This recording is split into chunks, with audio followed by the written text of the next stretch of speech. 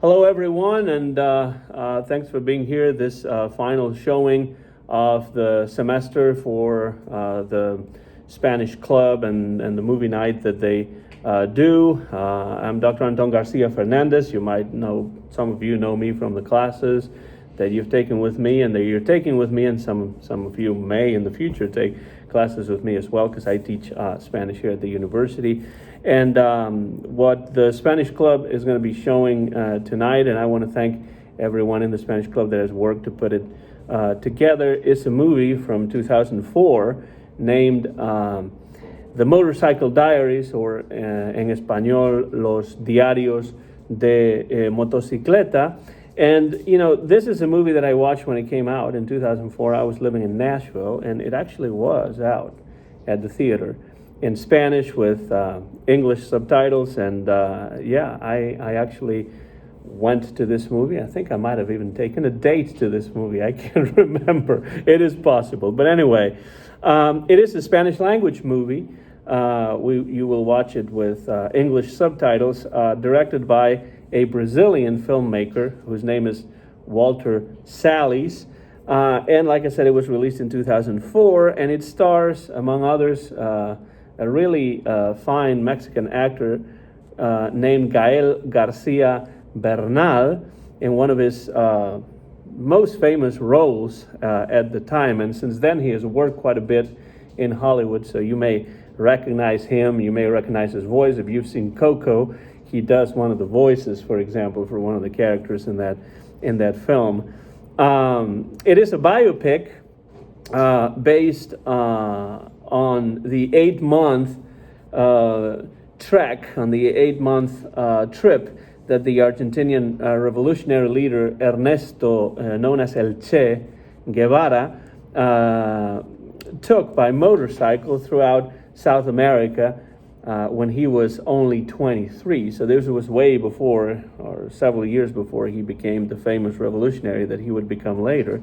And the trip allowed him to witness all kinds of social injustices, people living in poverty, all kinds of social inequalities throughout South America that supposedly were what changed his outlook on life, his outlook on the world, and supposedly what awoke him to the necessity for political activism, and he would do quite a bit of that in years to come. The screenplay, in fact, is loosely based on the actual diaries that El Che Guevara kept throughout this trip across South America, even though the script writer, whose name was Jose Rivera, did further research about the life of El Che Guevara and his experiences to write the screenplay. And when the film premiered back in 2004, several critics received it in a very positive way. They praised Gael Garcia Bernal for his acting, even though there were also some other critics who said that, well, maybe the portrait of El Che Guevara was a little bit simplistic, could have been a little bit more complex. But the film earned several awards at international film festivals throughout the world. And right before we play it, I want to finish, as I did the last time I did a presentation like this for Pan's Labyrinth. I want you to, or I would like for you to concentrate on three main things that you should, I think, pay attention to. First of all is the landscape. The landscape is beautiful, filmed on location. The photography of this movie is outstanding. You know, they travel through Argentina, Chile, Peru, Colombia, Venezuela.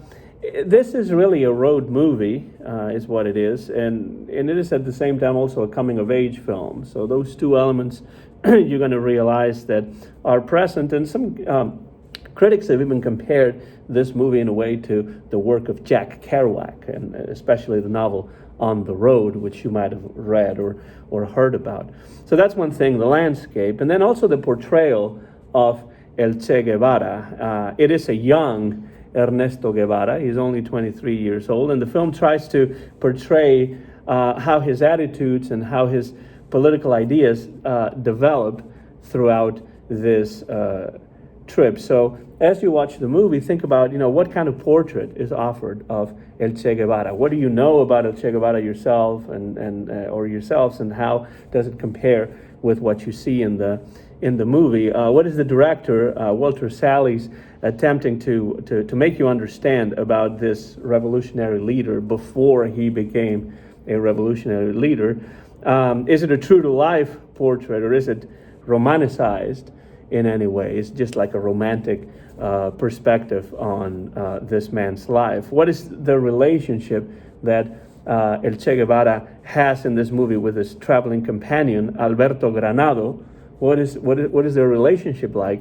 And you have to think that Alberto Granado was still alive when this movie was made and when this movie premiered, not El Che Guevara, who had passed away years before. And then finally, the social and political criticism in this movie. There is a fair amount of that, because through this trip throughout South America, it isn't only an adventure that El Che and his friend Alberto Granado are actually living. What they're doing is they're also witnessing the dire, social and economic situation of entire populations across South America. So what kind of social and political messages do you find as you watch the movie? Think about those things, and many other things that you might be coming up with as you watch it. And to finish, before we play it, I just want to read you what Alberto Granado said in 2004 after watching this movie. He was the traveling companion and friend of Ernesto El Che Guevara in real life, and he said, "This film shows what we were, which was two young men, boys really, who went looking for an adventure and found the truth and tragedy of our homeland." And that is supposedly what awoke the social conscience of Ernesto Che Guevara, who is hailed by many as a wonderful revolutionary, and also criticized by many others as not such a good revolutionary and more of a killer.